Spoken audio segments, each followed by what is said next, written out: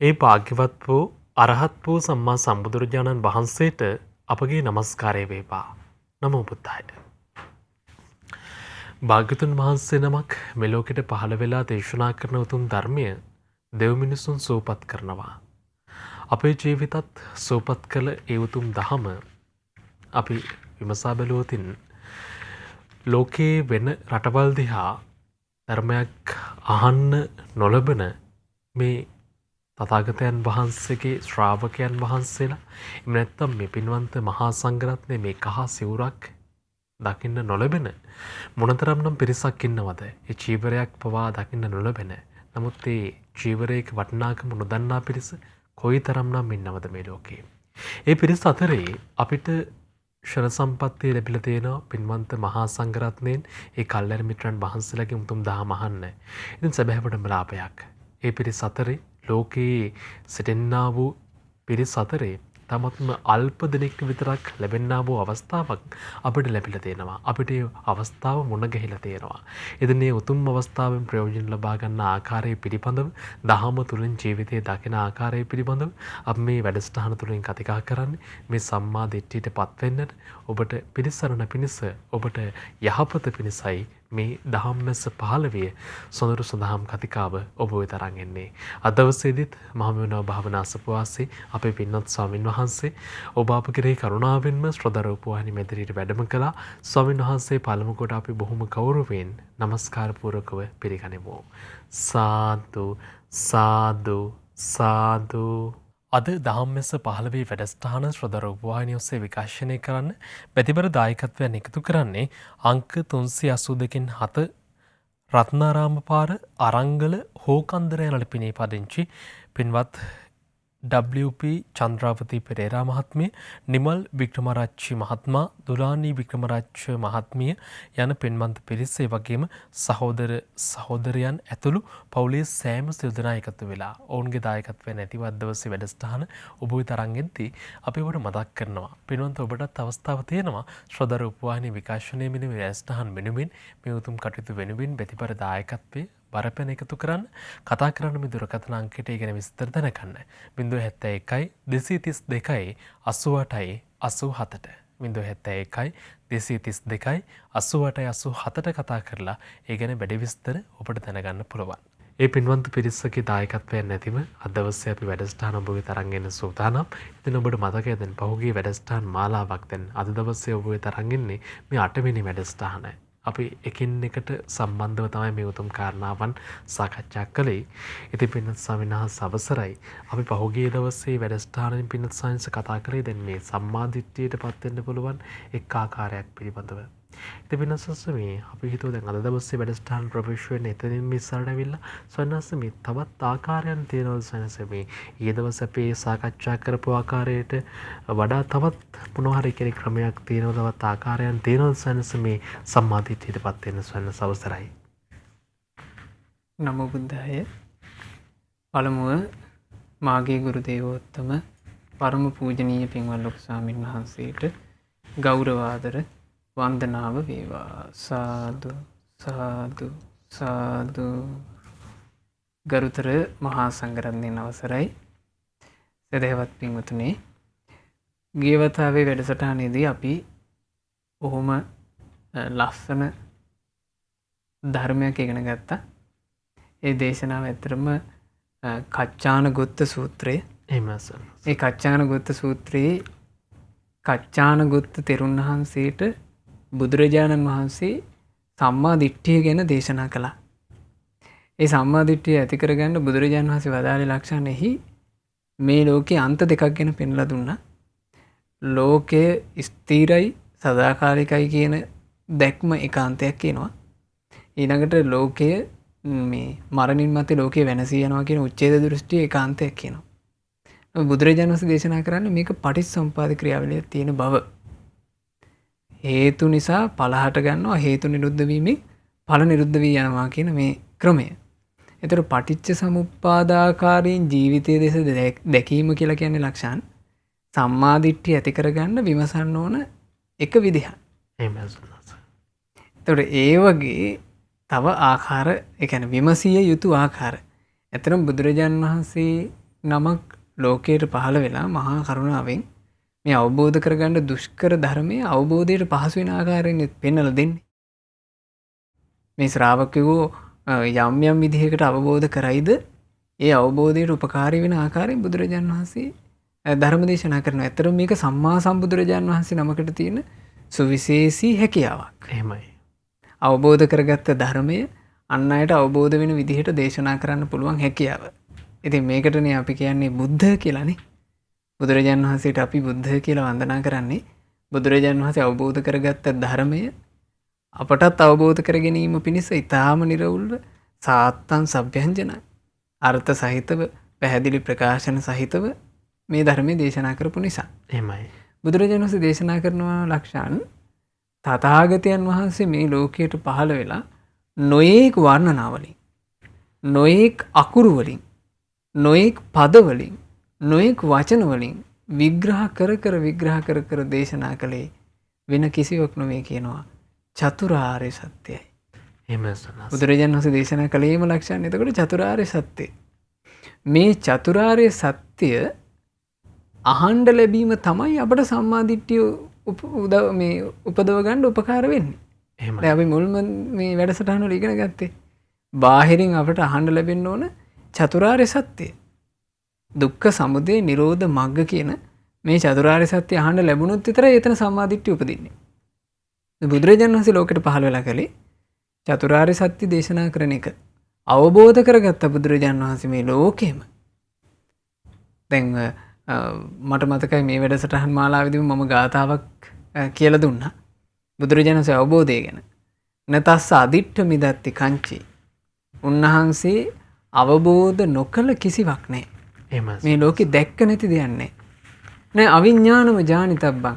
බුදුරජාණන් වහන්සේ අවබෝධ කරපු නැති දෙයක්වත් මේ ලෝකේ නැහැ. සබ්බං අභිඥාය යදත්ත ඤේයං. මේ ලෝකේ තියෙන සියල්ල ඒ ආකාරයෙන්ම කිසි දෝෂයක් නැතුව කිසි වැරද්දක් නැතුව ඒ අයුරින්ම අවබෝධ කළා. තථාගතෝ තේන සමන්ත චක්ඛු. ඒ හින්දා තමයි බුදුරජාණන් වහන්සේට සියල්ල දකින ඇස කියලා කියන්නේ සමන්ත චක්ඛු. එතකොට ඒ සියල්ල දුටු බුදුරජාණන් වහන්සේ නමුත් දේශනා කළේ ලක්ෂණ අපට චතුරාර්ය සත්‍යය. දැන් බුදුරජාණන් වහන්සේ ඔක දේශනා කළ එක තැනක ඒ කාලේ තිබිලා තියෙනවා මේ දඹදිව සින්සපාවනයක්. සින්සපා කියලා කියන්නේ ඇට්ටේරියා. එහෙමයි. ඇට්ටේරියාම වනාන්තරයක්. බුදුරජාණන් වහන්සේ මේ ඇට්ටේරියා වනාන්තරේ භික්ෂුන් එක්ක වඩිද්දී එක තැනක නැවතිලා මේ ඇට්ටේරියා වනයේ බිම වැටලා තිබුණ කොළ මිටක් අතට ගත්තා. අරගෙන අහනවා මහණෙනි මේ තථාගතයන් වහන්සේගේ ශ්‍රී හස්තේ මත තියෙන මේ කොළ මිට ඔබට පේනවද? කිව්වා ස්වාමීනි එහෙමයි. මහණෙනි මොකද හිතෙන්නේ?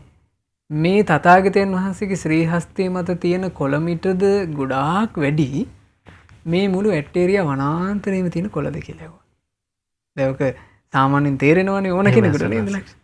ඉතින් භික්ෂුන් වහන්සේලා කියනවා ස්වාමීනි ඇට්ටේරියා වනාන්තරයේ කොළත් එක්ක ගන්නකොට බුදුරජාණන් වහන්සේගේ ශ්‍රී හස්තේ තියෙන්නේ ඊටාම ටිකයි කොළ.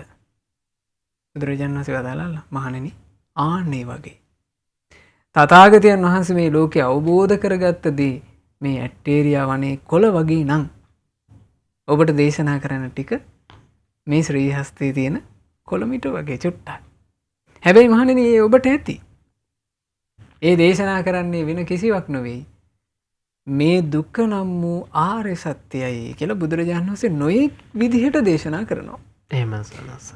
මේ දුකේ හට ගැනීම නම් වූ ආර්ය සත්‍යයයි කියලා නොයෙක් විදිහට දේශනා කරනවා. මේ දුක නිරුද්ධ වීම නම් වූ ආර්ය සත්‍යය කියලා නොයෙක් විදිහට දේශනා කරනවා. මේ දුක නිරුද්ධ කරන්න තියෙන ප්‍රතිපදාව නම් වූ ආර්ය සත්‍යය කියලා නොයෙක් විදිහට දේශනා කරනවා. මුළු මූලික බුද්ධ දේශනාව පුරාම තියෙන්නේ ඔය චතුරාර්ය සත්‍යය. එතකොට චතුරාර්ය සත්‍ය ප්‍රකාශිත යම් දේශනාවක් තියෙනවද?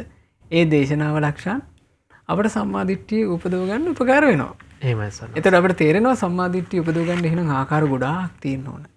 ඇයි බුද්ධ දේශනා කොච්චර තියෙනවදනේ? ඒ හැම දේශනාවක් ආශ්‍රය කරගෙනම චතුරාර්ය සත්‍ය විමසලා සම්මාදිට්ඨිය ඇති කරගන්න පුළුවන්. දැන් බුදුරජාණන් වහන්සේ ඒකටමයි අපට උත්සාහවත් වෙන්න කියලා කිව්වේ.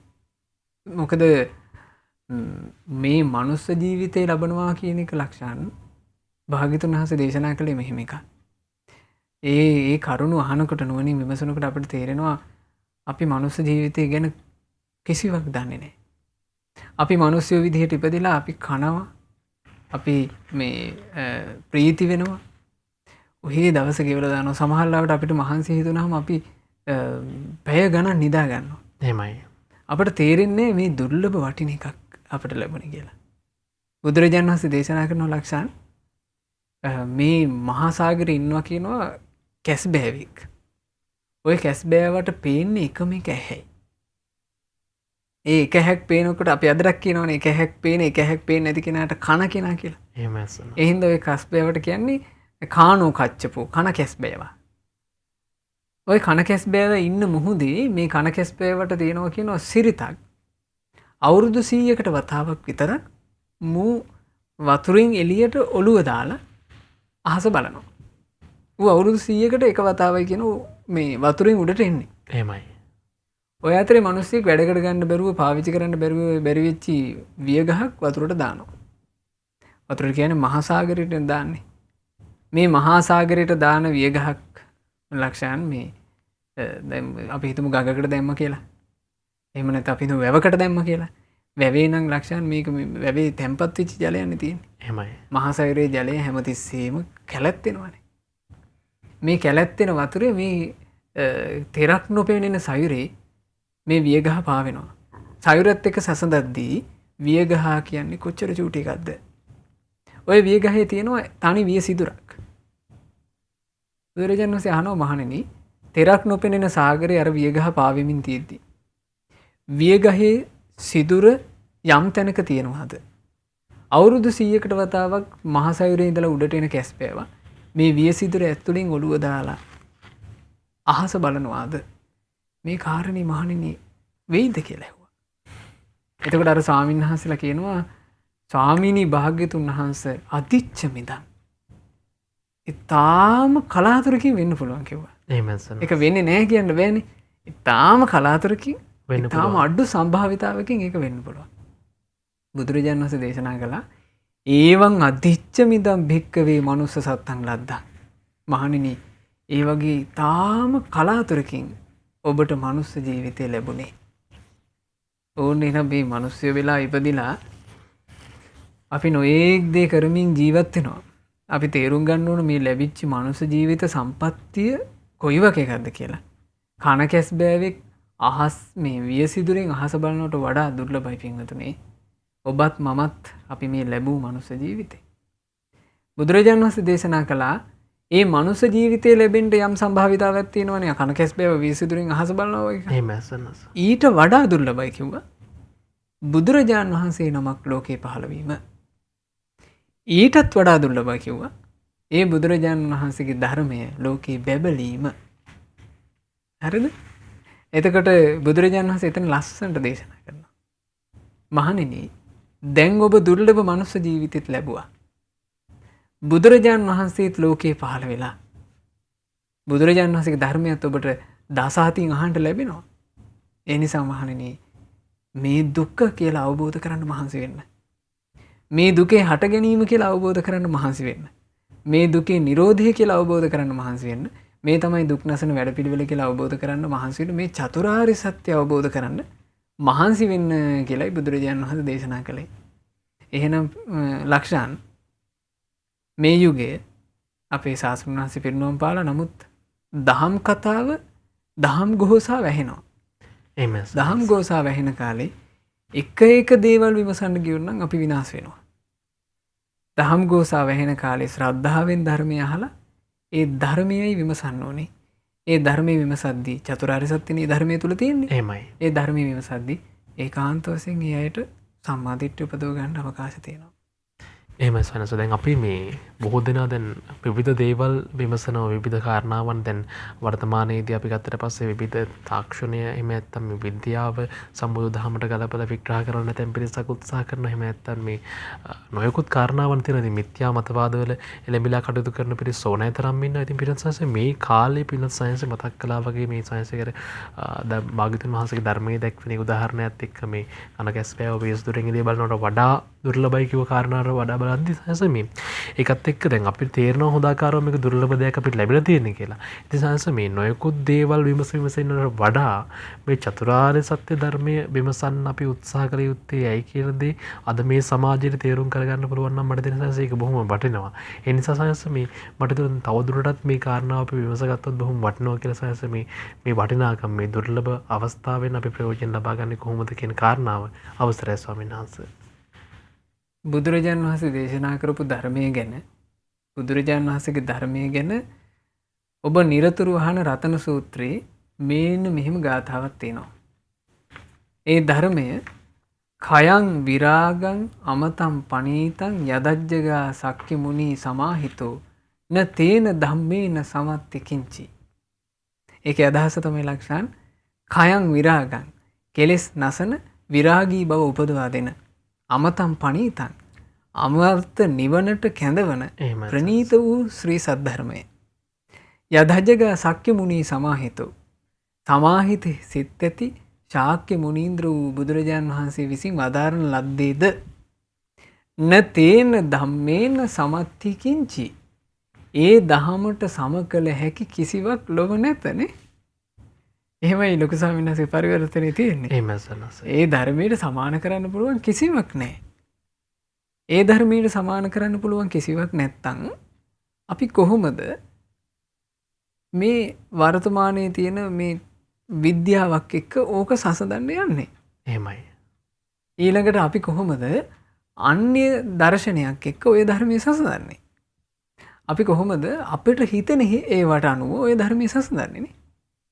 ඒ ධර්මය ශ්‍රද්ධාවෙන් අදහ ගන්නයි තියෙන්නේ. එහෙමයි. ශ්‍රද්ධාවෙන් අදහගෙන ඒ ධර්මයේ මෙනෙහි කරන්නයි තියෙන්නේ. බුදුරජාණන් වහන්සේ යම් විදියකට පෙන්වලා දුන්නාද ඒ විදියට විමසන්න ඕන. ඉතින් මේකට හොඳ සිදුවීමක්. ඒ කාලේ වුණා මේ එක එක ඒවා හිත ඉඳලා විනාශ වෙන ජීවිතේ විනාශ වෙලා යන හැටි බුදුරජාණන් වහන්සේ දේශනාවේ වදාලා. එහෙමයි සර්. බුදුරජාණන් වහන්සේ ගාව මහණ වුණා ලක්ෂාන් මාළුන්ගේ පුත්ත කියලා කෙනෙක්. මේ මාළුක්‍ය පුත්ත තෙරුණ දැන් සිවුරු පරවගෙන ඔය දවල් දානේ වලදල ඉවරලා රුක් සෙවෙනකට ගිහිල්ලා භාවනාවට කියලා වාඩි වුණා. ඉතින් අද වගේම තමයි දැන් භාවනාවට වාඩි වුණා නම් බුදුරජාණන් වහන්සේ වදාළ එකක් විමසන්න එපේ. මේ මාළුක්‍ය පුත්ත තෙරුණ වහන්සේ ගහක් යට වාඩි වෙලා Tamande හිතෙන එකක් විමසන්න ගත්තා. ඒක තියෙනවා මේ ලෝකේ බුදුරජාණන් වහන්සේ පිළිතුරු නොදුන් මේ ප්‍රශ්න තියෙනවා. ඒවට බුදුරජාණන් වහන්සේ පිළිතුරක් දීලා නැහැ. ඔය ලක්ෂණ අහලා ඇති මේවා. ඒ කියන්නේ ඒකේ තියෙනවා ලෝකය සදාකාලිකද? ලෝකේ සදාකාලික නැද්ද? ඒ කියන්නේ මේවා මේ විසඳන්න ඕන ප්‍රශ්න නෙවෙයි. කිසිම කමකට නැති තර්කයක් පිණිස විතරක් කිය තියෙන ප්‍රශ්න. ඊළඟට මේ මරණින් මත්තේ රහතන් වහන්සේ ඉන්නවද? මරණින් මත්තේ රහතන් වහන්සේ නැද්ද? ආදි වශයෙන් මෙහෙම ප්‍රශ්න 10ක්. එහෙමයි. මේ ප්‍රශ්න වලට කියනවා මේ දස අව්‍යක්ෘත පැන කියලා. ඉතින් මේ ප්‍රශ්න 10 ගැන හිතනවා මේ කවුද මාළුක්‍ය පුත්ත තෙරුන්. එහෙමයි. මෙයා හිතුවේ මෙහෙමයි. ලෝකේ සදාකාලික නම් බුදුරජාණන් වහන්සේ සදාකාලිකයි කියලා කියන්න ඕන කෙලින්ම. සදාකාලික නැත්තම් නෑ කියන්න ඕන. මං අද මේකේ දෙකෙන් එකක් බේර ගන්නවා කියලා දැන් මේ බුදුරජාණන් වහන්සේ ළඟට මේ භික්ෂුව යනවා. එහෙමයි සනස. ගිහිල්ලා භාග්‍යතුන් වහන්සේට ලක්ෂණ කියනවා බුදුරජාණන් වහන්සේට සාමීනි භාග්‍යතුන් වහන්සේ මම තථාගතයන් වහන්සේගෙන් අද ප්‍රශ්න අහනවා මට මේවට කෙලින්ම බුදුරජාණන් වහන්සේ විසඳුමක් දෙන්න ඕන. ස්වාමීනි ලෝකේ සදාකාලිකද නැද්ද? ස්වාමී සදාකාලික නම් ඔව් කියන්න නැත්තම් නැහැ කියන්න. බුදුරජාණන් වහන්සේ ඍජු පිළිතුරක් දුන්නේ නැත්තම් මම සිවුරු අරිනවා කිව්වා. ඒතර බුදුරජාණන් වහන්සේ අහනෝ මාළුක්‍ය පුත්ත තෙරුන්ගෙන් "ඈ මාළුක්‍ය පුත්ත ඔහේ ගිහි ජීවිතය ගත කරනකොට මං ඔහෙට කතා කරලා කිව්වද මාළුක්‍ය පුත්ත මගේ ළඟට ඇවිල්ලා මහාන වෙන්න මං ඔබට මේ ප්‍රශ්න වලට උත්තර දෙනවා කියලා මං කිව්වද කියලා අහනවා. කියනවා නේ ස්වාමීනි මේ ඒ ඔබ වහන්සේ එහෙම කිව්වේ නෑ කියනවා. ඔහේ මහාන වෙන්න මගෙන් අවසර පතද්දි මහාන වෙන්න අහද්දි ඔහේ කිව්වද ස්වාමීනි මං සිවුරු පරව ගන්නේ බුදුරජාණන් වහන්සේගෙන් මේ ප්‍රශ්න 10ට උත්තර ගන්නයි. ඔහේ කිව්වද කියලා අහනවා. අනේ ස්වාමීනි මං එහෙම කිව්වෙත් නෑ කියනවා. බුදුරජාණන් වහන්සේ අහනවා එහෙනම් මාළුක්‍ය පුත්ත හිස් පුරුෂේ කවරක් හේතුවෙන් කවරෙක්වද ඔය ප්‍රතික්ෂේප කරන්න කියලා ඇහුවා. බුදුරජාණන් වහන්සේ වදාළ මාළුන්ගේ පුත්ත ඔහේගේ ඔය ප්‍රශ්න වලට තථාගතයන් වහන්සේ උත්තර දෙන්නේ නෑ කියලාම දරා ගන්න කිව්වා. ලක්ෂණ හිතන්න තුන් ලෝකාග්‍ර බුදුරජාණන් වහන්සේ මේ කියන්නේ මහා කරුණාව නිසා. මොකද අද ඌට උත්තර දීලා තිබුණා නම් අද මේ පැහැදිලි ධර්මයක් දේශනා කරලත් පටල ගන්න එකේ ඔව්වටත් උත්තර තිබුණා නම් ඔව්ව පස්සේම හඹාගෙන යනවා මේ මනසයා. බුදුරජාණන් වහන්සේ මේ මාළුන්ගේ පුත්ත තෙරුන්ට කියනවා මාළුන්ගේ පුත්ත ඕකට උත්තර හොයන්න යනවා කියන එක මේන්න මේ වගේ මිනිස්සෙකුට කවුරු හරි හතුරෙක් ඊතලයකින් විදලා දැන් මේ ඊතලේ ශරීරේ පසාරු කරගෙන එහා පැත්තෙන් ගිහිල්ලා මේක විස පොවපු එක මේ ඊතලේ වැදිච්ච මිනිස්සයාගේ යහපත කැමති මේ යාළුවෝ ටික මේ මිනිස්සයාව ඉක්මනට උස්සගෙන අරගෙන ආවා කියනවා වෛද්‍යවරයා ළඟට. එහෙමයි. වෛද්‍යවරයාට දැන් ඕනේ ලක්ෂණ මේ ඊතලේ ගලවලා බෙහෙත් දාන්න. මේ ඊතලේ අල්ලලා අදින්න ලැහැත් වෙනකොටම අර ඊතලේ අනිච්ච මිනිස්සයා කියනවා හා ඕක ගලවන්න එපා. ඕක ගලවන්න කලින් ඔබතුමා මට කියන්න ඕන මේ ඊතලේ මට විදපු කෙනා කොටද උසද? මේ ඊතලේ මට විදපු කෙනා කළුද සුදුද? මේ ඊතලේ විදපු කෙනා මොන ගෝත්‍රෙද? මේ ඊතලේ විදපු කෙනා මේ ඊතලේ අගට ඉතින් අපි ඒක දන්නේ නැහැ ඒ කාලේ ඊතල වල තියෙන්නේ නැති මේ ඊතල අගට කුරුළු පිහාට්ටක් හයි කරනවා. මේ ඊතලේ අගට යොදලා තියෙන පිහාට්ට මොකද්ද? ඊළඟට මේ ඊතලේ මේ යොදලා තියෙන ලෝහ වර්ගය මොකද්ද? ඊළඟට මේ ඊතලේ ඉස්සරහා පොවලා තියෙන මේ විස જાතිය මොකද්ද? ආදි වශයෙන් මේ අදාළ නැති එකක්ම අහනවා කියන්නේ. ඉතින් බුදුරජාණන් වහන්සේ අහනවා මාළුන්ගේ පුත්ත ඔබට හිතෙන්නේ මොකද්ද? මිනිහාට ඔයවට උත්තර ටික හම්බෙයිද? උත්තර නොලබාම මැරිලා යයිද කියලා ඇහුවා.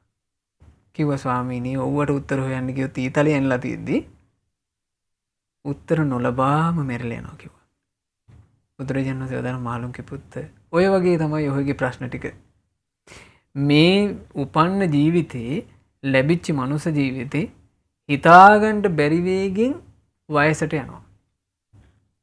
අපිට තේරෙනවනේ වර්තමානයේ ගත්තාම අපිට හොඳට පේනවා අපි කොච්චර වේගෙන් වයසට යනවද කියලා. සමහර ලක්ෂණ මේ මාසේ ඉන්නවට වඩා අපි ඊළඟට මාස කීපකින් බලනකොට අපිට තේරෙනවා අපේ ශරීරය වැහැරිලා. එහෙමයි. එච්චර වේගෙන් අපි වයසට යනවා. ඊළඟට ලෙඩ රෝග নানা ප්‍රකාර මේව බෝ වෙනවා. හදිසි අනතුරු එහෙන් ඔන්න වසංගත. එහෙමයි. මේ ප්‍රශ්න ඔක්කොටම මැදි වෙලා අපි ඉන්නවා. මේ ප්‍රශ්න ඔක්කොටම මැදි වෙලා අපි නිරර්ථක දෙයක් නම් හොයන්නේ. ඒ නිරර්ථක දේ පස්සේ හඹා යන අය ඒකට පිළිතුරක් නොලබාම මැරිලා යයි.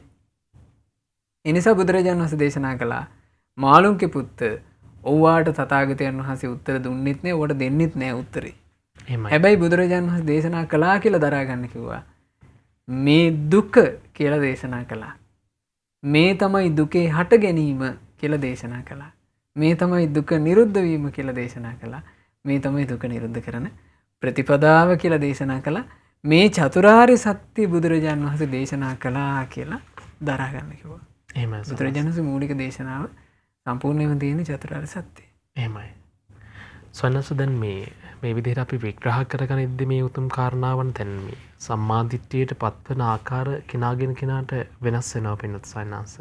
ඒතර පින්නත් සයන්නාංශ මේ විමසිය යුතු ආකාරයන් මේ විදිහට වෙනස් වෙද්දී සම්මාදිට්ඨියත් විවිධාකාර දේ විදිහට විවිධ ස්වරූපයන් තේනවද කියලා සයන්ස මේ යම් කෙනෙක්ට ගැටලුවක් ඇති වෙන්න පුළුවන්. අපි ඒකට උත්තරයක් දෙමු සයන්නාංශ අවසරයි. දෙමුලා කියන්නේ සම්මාදිට්ඨිය. සම්මාදිට්ඨියටමයි දහම් ඇස කියලා කියන්නේ. දැන් අපි මේ වැඩසටහනේදී සම්මාදිට්ඨිය ගැන මූලිකව කතා කරන නිසානේ මේ වැඩසටහනටත් ධම්මස 15 කියන නම අපි යොදලා තියෙන්නේ. එතකොට සම්මාදිට්ඨිය ගැන දේශනාවේ තියෙන මේ විදිහට. එහෙමයි. කොණ්ඩඤ්ඤ තෙරුන් වහන්සේට සම්මාදිට්ඨිය ඇති වෙනකොට බුදුරජාණන් වහන්සේ ඒ සම්මාදිට්ඨිය ඉපදිච්ච හැටි ධම්සක් පැවතුම් සූත්‍රයේ සඳහන් වෙනවා. යංකින්චි සමුදය ධම්මං සබ්බන්තං නිරෝධ ධම්මන්ති. යම මේ හේතුන්ගෙන් නිසා හටගත් යමක් ඇද්ද හේතු නැතිවීමෙන් ඒ දේ නිරුද්ධ වී යනවා කියන මේ ඥානය උපන්නා කියන එක. ඕක තමයි සම්මා දිට්ඨිය.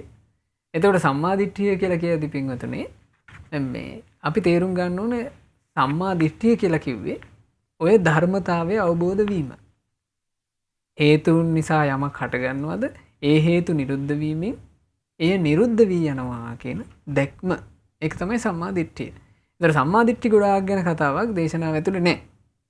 නමුත් සම්මා දිට්ඨිය ඇති කරගන්නට ආකාර සම්මා දිට්ඨිය උපදව ගැනීම පිණිස විමසිය යුතු ආකාර සත්පුරුෂයෙක් ඇසුරු කරමින් ඒ සත්පුරුෂයන් වහන්සේ දේශනා කරන ධර්මය යෝනිසෝ මනසිකාර කළ හැකි ආකාර රාශියක් මේ බුද්ධ දේශනාව ඇතුලේ අපිට ඉගෙන ගන්න ලැබෙනවා. එහෙමයි සන්නස. ඉතින් ඒක මම හොඳට තේරෙන්න මම ඔබට මේ ලස්සන දේශනාවක් මේ විස්තර කරලා දෙන්න කල්පනා කළා. මේ දේශනාවේ නම මේ දේශනාවට රහතන් වහන්සේලා නම් කරපු නම තමයි කිංසු කෝපම. එහෙමයි සන්නස. කිංසු කෝපම කියලා කියන්නේ ලක්ෂණ කෑල ගහ උපමා කරලා දේශනා කරන දේශනාව. එහෙමයි. දැන් මේ දේශනාවේ තියෙනවා බුදුරජාණන් වහන්සේ වැඩ ඉන්න කාලේ ලක්ෂණ එහෙමයි සන්නස. එක්තරා භික්ෂුවක් මේ ආරාමේ ඉන්න තව භික්ෂුවක් ළඟට ගිහිල්ලා මෙන්න මෙහෙම අහලා තියෙනවා. කිත්තාවතානුකෝ ආවසෝ භික්ඛුනෝ දස්සනං සුවිසුද්ධං හෝති.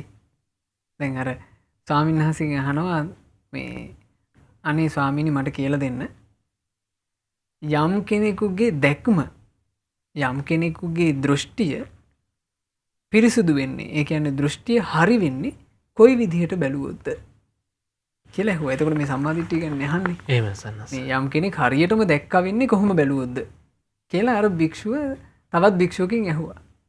එතකොට මේ භික්ෂුන් වහන්සේ ධර්මය අවබෝධ කරපු කෙනෙක්.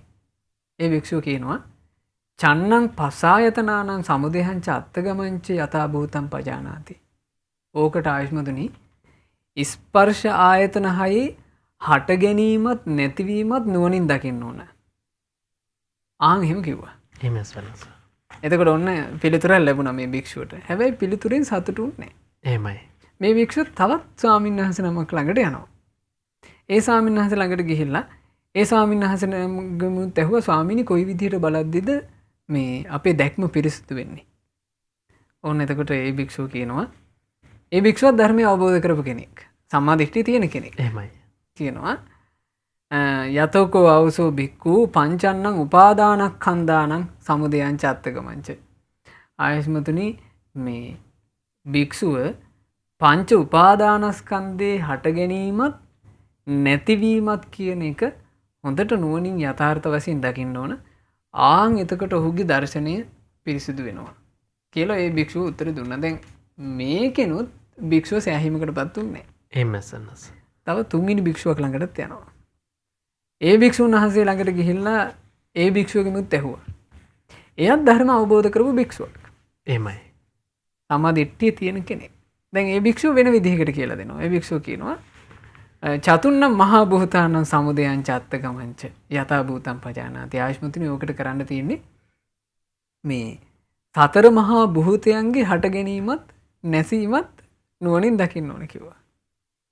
එතකොට මේ භික්ෂුව එතනිමුත් සෑහීමකටපත් උන්නේ. හතරවෙනි භික්ෂුවක් ළඟටත් ගියා. ඒ හතරවෙනි භික්ෂුව මේ භික්ෂුවට කියලා දෙනවා ආයුෂ්මතුනි ඕකට කරන්න තියෙන්නේ යංකින්චි සමුදය ධම්මං සබ්බන්තං නිරෝධ ධම්මන්ති.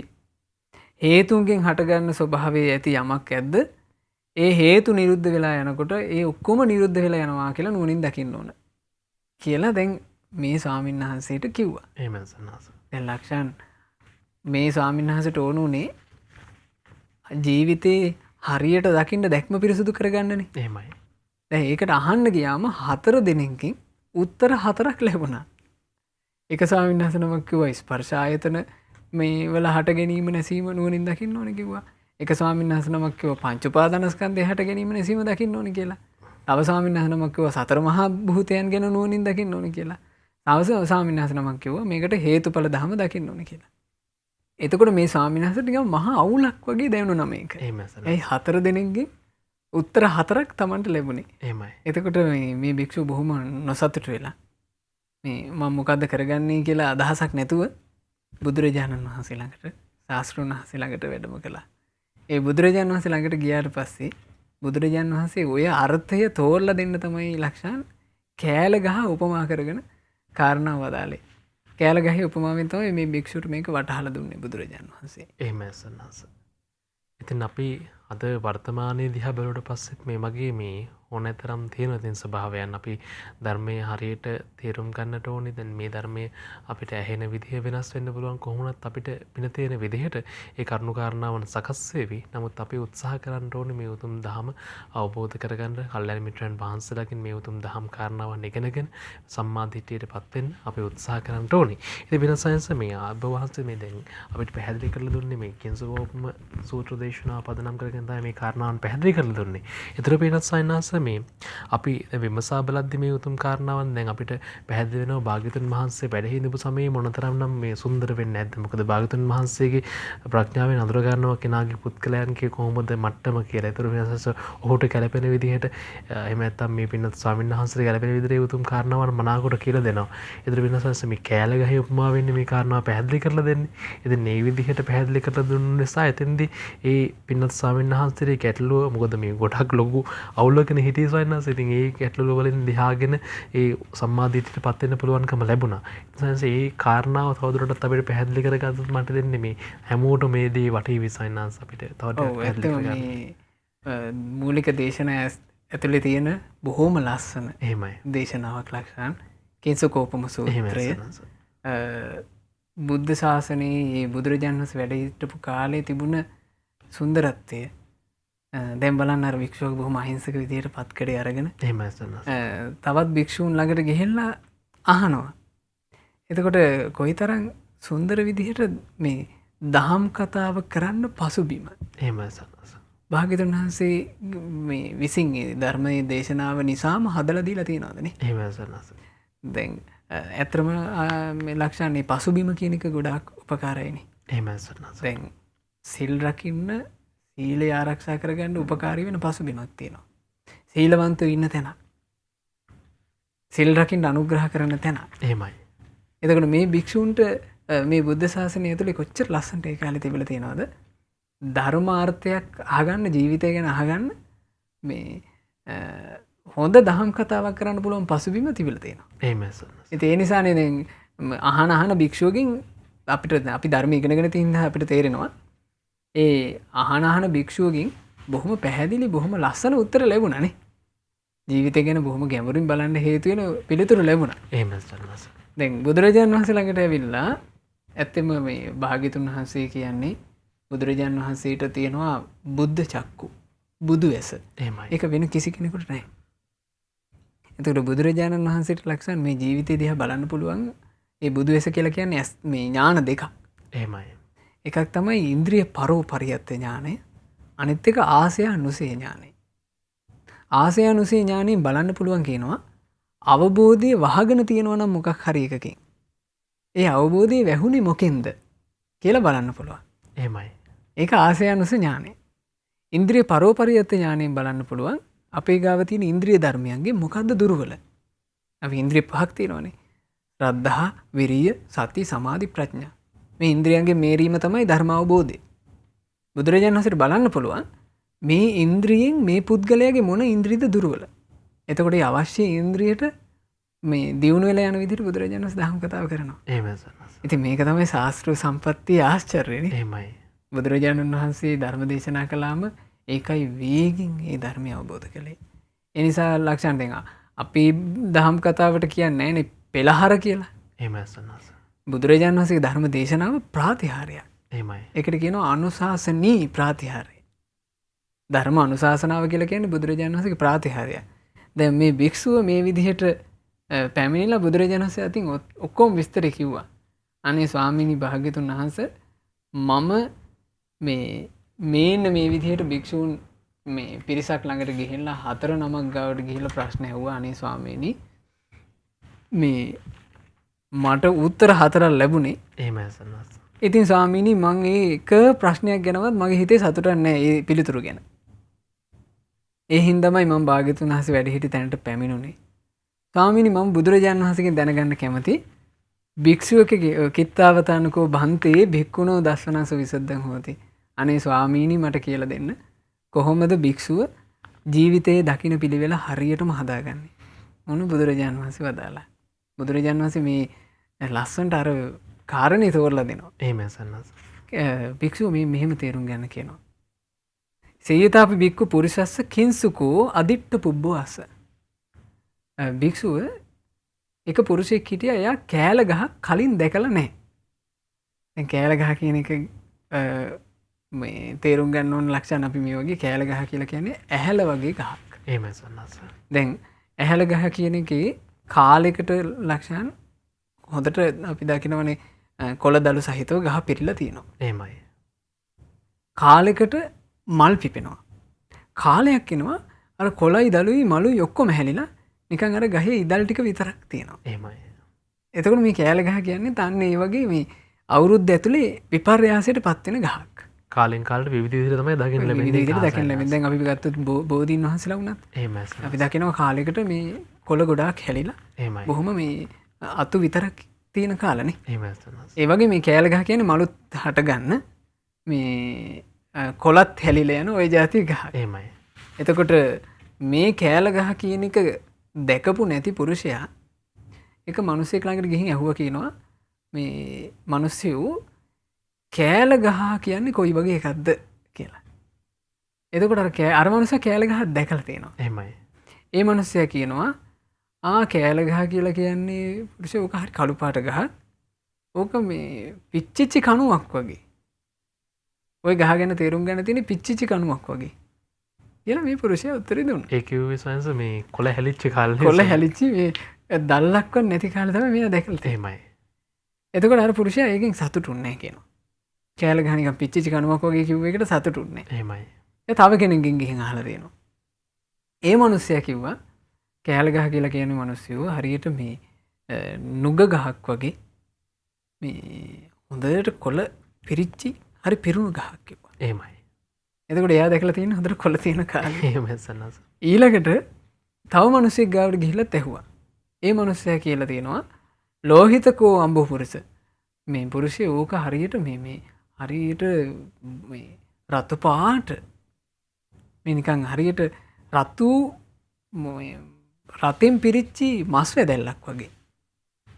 එතකොට අපිට තේරෙනවා කෑල ගහේ හැටගෙන තියෙන රතු පාට මල්. එහෙමයි සන්නස. මේකේ මල් හැදුනට පස්සේ දැන් ඔය ඇහැල ගස්වල මල් හැදුනම ලක්ෂණ අපි දැකලා තියෙනවනේ. ඇහැල ගහේ මල් හැදුනම අර පැත්තක්ම වෙහිලා යනවා. එහෙමයි සන්නස.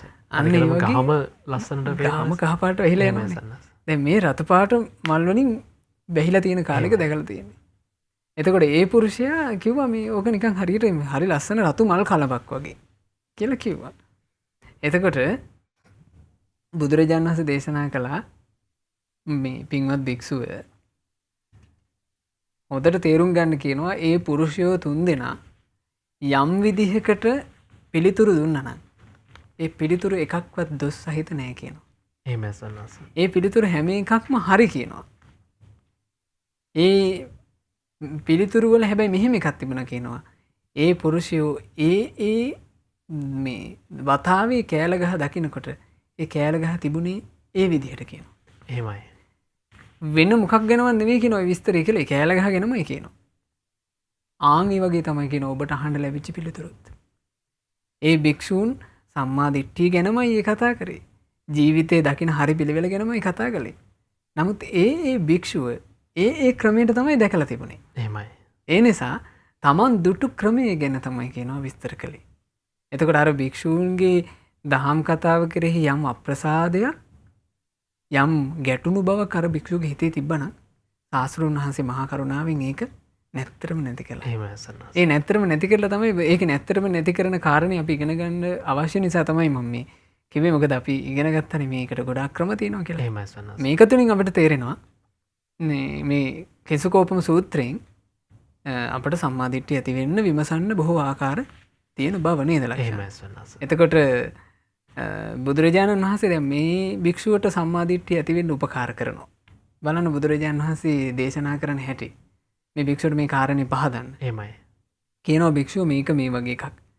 ඈත ප්‍රදේශයක රජෙකුට නගරයක් තියෙනවා. ඒ නගරේ හොඳට මේ ප්‍රාකාරයකින් වට වෙලා තියෙන්නේ. එහෙමයි. භික්ෂුව ඔය නගරේ ප්‍රධාන දොරවල් 6ක් තියෙනවා. ඔය දොරවල් 6 හොඳ නුවණැති දොරටු පාලයොත් ඉන්නවා. ඒ දොරටු පාලය නාදුනන කෙනෙක් ඇතුළට ගන්න අඳුරන අය විතරයි ගන්නෙ. දවසක් බොහොම වේගෙන් ගමන් කරන්න පුළුවන් දූතයෝ දෙන්නෙක් නැගෙනහිර දොරටුවෙන් ඇවිදිලා ඒ දොරටු පාලයට කියනවා එම්බා පුරුෂය මේ නගරයේ අයිතිකාරයා. අපි හිතමු නගරයේ අයිතිකාරයා රජුරුව කියලා. මේ මහරජුරුව කොහෙද ඉන්නේ කියලා අහනවා. එතකොට කියනවා මේ පින්වත ওই නගරයේ මැද හතරමං හන්දියක් තියෙනවා. ආන් උතන තමයි මේ වෙනකොට මේ නගරයේ අයිතිකාරයා ඉන්නේ කියලා උත්තරේ දුන්නා. එතකොට ඔය විදිහට බුදුරජාණන් වහන්සේ දේශනා කරනවා භික්ෂුව මේ වේගෙන් ගමන් කරන්න පුළුවන් දූතයෝ මේ බටහිර දොරෙනුත් ආවා. ඊළඟට උතුරු දොරෙනුත් ආවා. දකුණු දෙසෙනුත් ආවා. දැන් ඇවිල්ලා මේ ඔක්කොම ඇහුවේ නගර හිමියා කොහෙද කියලා. එතකොට හැම කෙනෙකුටම ලැබෙන පිළිතුර තමයි මේ නගරයේ මැද හතරමං හන්දියක් තියෙනවා. ඒ හතරමං හන්දියේ මැදට වෙන්න නගර හිමියා ඇති කියලා කිව්වා. එතකොට අර වේගයෙන් ගමන් කරන දූතයෝ මේ නගර හිමියා ගැන කිව්ව කතාව අහලා ඒ මාර්ගයට පැමිණිලා නගර හිමියා ළඟට පැමුණා කියනවා. එතකොට උතුරෙන් ආපු අය එන්නේ උතුරු පාරෙන්. දකුණෙන් ආපු අය එන්නේ දකුණු පාරෙන්. නැගෙනහිරින් බටහිරින් ආපු අය එන්නේ ඒ පාරවල වලින්. හැබැයි හැමෝටම නගර හිමියා හම්බ වෙන්නේ කොතනින්ද ලක්ෂණ? හතරමං හන්දියේ මැදදී. බලන්න බුදුරජාණන් වහන්සේගේ උපමා. එහෙමයි. භාග්‍යවතුන් වහන්සේ වදාලා භික්ෂුව මම ඔය උපමාව කළේ ඔබට අර්ථය තේරුම් කරන්න. බලන්න අර්ථය තේරුම් කරනවා. භික්ෂුවගේ අර්ථය මේකයි. නගරය කියලා කිව්වේ මේ මව්පියන්ගෙන් හටගත්ත බත් වෑංජන වලින් යැපෙන අනිත්‍ය වූ ඉලීම් පිරිමැදීම් සුද්ධ කිරීම වලින් තියාගන්න ඕන. නමුත් එහෙම තියාගත්තත් සිදී බිඳී වෙනසී යන මේ ශරීරයට කියන නමක්. එහෙමයි. එහෙනම් නගරේ මොකද්ද? මේ ජීවිතය. මේ කය තමයි නගරය. ඊළඟට කියනවා ඔය මේ පින්වත් භික්ෂුව දොරටු 6ක් තියෙනවා කියලා කිව්වේ ආධ්‍යාත්මික ආයතන වලට කියන නම. එහෙමයි. ඒ කිව්වේ ඇසට, කනට, නාසයට, දිවට, කයට, මනසට කියන නමක් තමයි දොරවල් 6. අර නගරේ දොරටු 6. ඊළඟට භික්ෂුව ඔය නගරේ ඉන්න දොරටු පාලයා කියලා මං කිව්වේ සිහියට කියන නමක්. වේගවත් ගමන් ඇති දූතයෝ කියලා කිව්වේ සමතයටත් විදර්ශනාවටත් කියන නමක්. බලන්න භාග්‍යවතුන් වහන්සේ තෝරන හැට. එහෙමයි සර්. සමත විදර්ශනා දෙක තමයි වේගවත් ගමන් තියෙන දූතයෝ දෙන්නා කියලා කිව්වේ. ඊළඟට භික්ෂුව නගර හිමියා කියලා කිව්වේ සතර මහා භූතයන්ට කියන නමක්. ඒ කිව්වේ පඨවි ආපෝ තේජෝ වායෝ කියන හතර. ඉතින් මේවා දැන් පින්වතුන්ලා අහලා වචන විදිහට මතක තියාගන්න. වැඩසටහනේ මේ දහම් කතිකාවතේ ඉදිරියට යනකොට අපිට මේවා විස්තර වශයෙන් කතා කරන්න පුළුවන්. එහෙමයි සන්නස. ඊළඟට පින්වත් භික්ෂුව සැබෑ ආකාර වූ වචනය කියලා කිව්වේ අමා නිවනට කියන නමක්.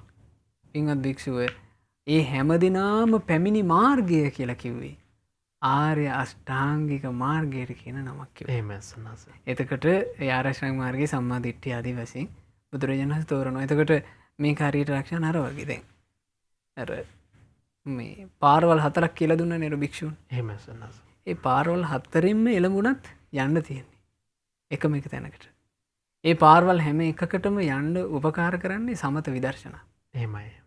ඒ පාරවල් හැම එකකින්ම වැඩෙන්නේ ආර්ය අෂ්ටාංගික මාර්ගයේ වෙන එකක් වැඩෙන්නේ.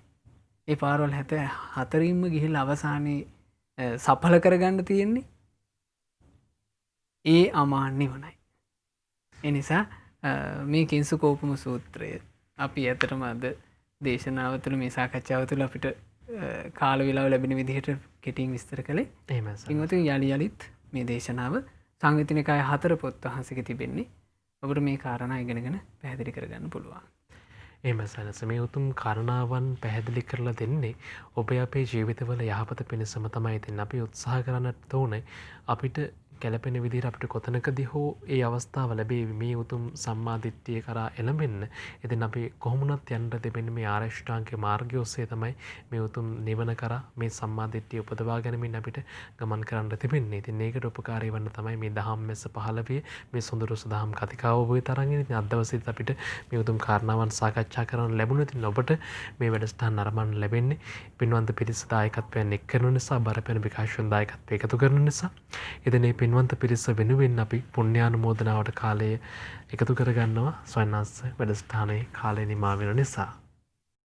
සදහවත් පින්වතුනි, අද දහම්මැස පහළ විය සදහම් කතිකාවත සඳහා ධර්මදානමේ පින රැස් කරමින් අනුග්‍රහය එකතු කරනු ලබන්නේ නොම්බර 382 රත්නාරාම පාර අරංගල හෝකන්දර යන ලිපිනේ පදිංචි WP චන්ද්‍රාවතී පෙරේරා, නිමල් වික්‍රමාරච්චි, දුලානි වික්‍රමාරච්චි යන පින්වත් පිරිස සහ සහෝදර සහෝදරියන් ඇතුළු පවුලේ සෑම සියලු දෙනා ඒක රාශී වෙලා ඉතින් මේ ධර්ම සාකච්ඡාව තුලින් ජනිත සියලු පුණ්‍ය ධර්මයෝ අපි පළමු කොට අනුමෝදන් කරමු සියලු දෙවිවරුන්ට.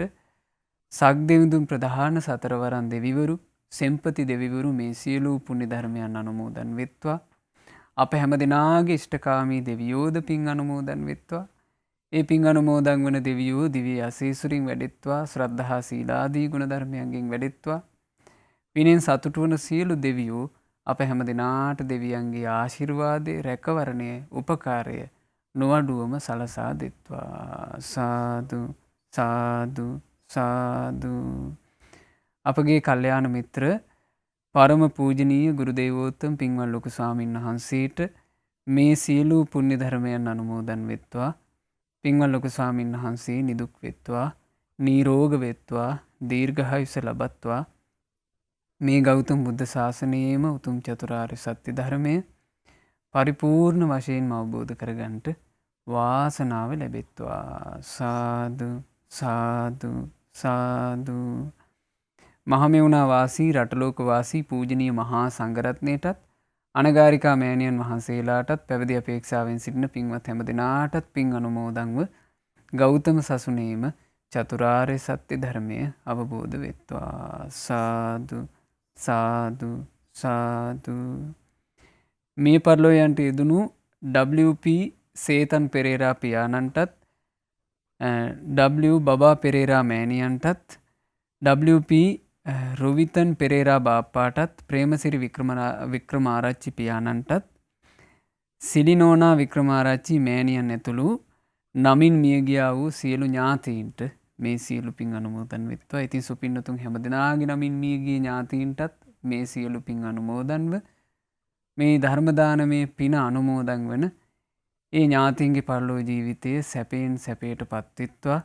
මේ දුක් සහිත සංසාර ගමනින් අපගේ ඥාතීන් නිදහස් වෙත්වා කියන ප්‍රාර්ථනාවෙන් සාදුකාර පවත්වලා ඥාතීන්ට පින් දෙන්න.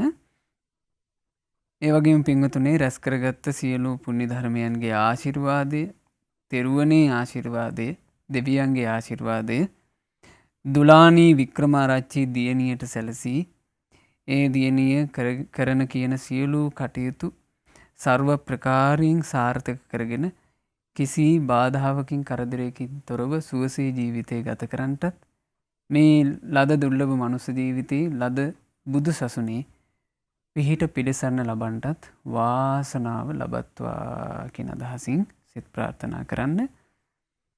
අද දායකත්වයන් එකතු කරන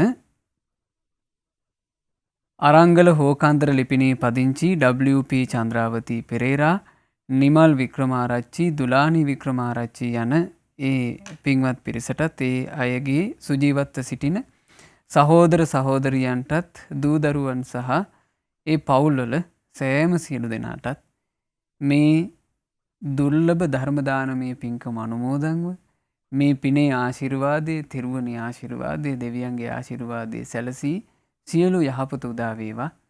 මේ පින්කමේ අනුහසින් ජීවිතයට යහපත සලසන උතුම් කල්යාණ මිත්‍ර ඇසුර මේ පින්වත් හැම දෙනාගේ ජීවිතයට ලැබේවා. අද දවසේ මේ දහම් සාකච්ඡාව නැරඹූ ශ්‍රවණය කළ මේ සුපින්නතුන් හැම දෙනාටත් ශ්‍රද්ධා මාසික ධර්මදාන සමාජිකවන්ට ශ්‍රද්ධා කාර්ය මණ්ඩලයේ හැම දෙනාටත් මේ සියලු පින් අනුමෝදන්ව සියලු දෙනාට සියලු යහපත සැලසේවා. මේ ගෞතම සාසනයේ චතුරාර්ය සත්‍ය ධර්මයන් සුවසේම අවබෝධ කරගන්නට වාසනාව ලැබෙත්වා. සාදු සාදු සාදු. හැම දිනාටම තෙරුවන් සරණයි. එදින අපි අද දවසේදී යම් පිනක්ද රැස් කරගත්තේ උතුම් ධර්මය සාකච්ඡා කරමින් ධර්මයේ දේශනා කරමින් ස්වාමීන් වහන්සේ වගේම මේ උතුම් දහම විකාශනය කරන්න පින්වන්ත පිරිස දායකත්වයක් ලබා දෙමින් ධර්ම දානමය පින රැස් කරගත්තා. එදින එලෙසින් අපි යම් පිනක් රැස් කරගත්තාද ඒ සියලු පුණ්‍ය ධර්මයන් අපි පින්වත් ස්වාමීන් වහන්සේලාට අනුමෝදන් කරනවා. මේ ගෞතම සම්බුදු සසුනේ උතුම් වූ චතුරාර්ය සත්‍ය ධර්මයේ සුවසේම අවබෝධ කර ගන්නටම මේ සියලු පුණ්‍ය ධර්මයන් හේතු වේවා වාසනාව වේවායි කියා සාදු සාදු සාදු. එදින අද දවසේදී මේ උතුම් වැඩසටහන මේ ලෙසින් අපේ නිමා කළත් අපි සූදානම් සති දවස් 5ේම සුපුරුදු වෙලාවට මේ වැඩසටහන සමගින් එකතු වෙන්න අපි ආරාධනා කරනවා. රැඳෙන්න ශ්‍රද්ධා රූපවාහිනී මාධ්‍ය කල්යාණ මිත්‍රයා සත්පුරුෂයන් බෙහි කරන මේ උතුම් නාලිකාව සමගින් ඉතින් අපි ඔබින් සමුගෙන යන්නේ හැමදෙනාටම තෙරුවන් අනන්ත ආශිර්වාදේ ප්‍රාර්ථනා කරමින් ඒ භාග්‍යවතුන් වහන්සේට අපගේ নমස්කාරය වේවා. නමෝ බුද්ධාය. මෙවැනි වටිනා ධර්මදේශනා නැරඹීමට ශ්‍රද්ධා YouTube චැනලය සබස්ක්‍රයිබ් කර සීනුව ලකුණ ඔබන්න.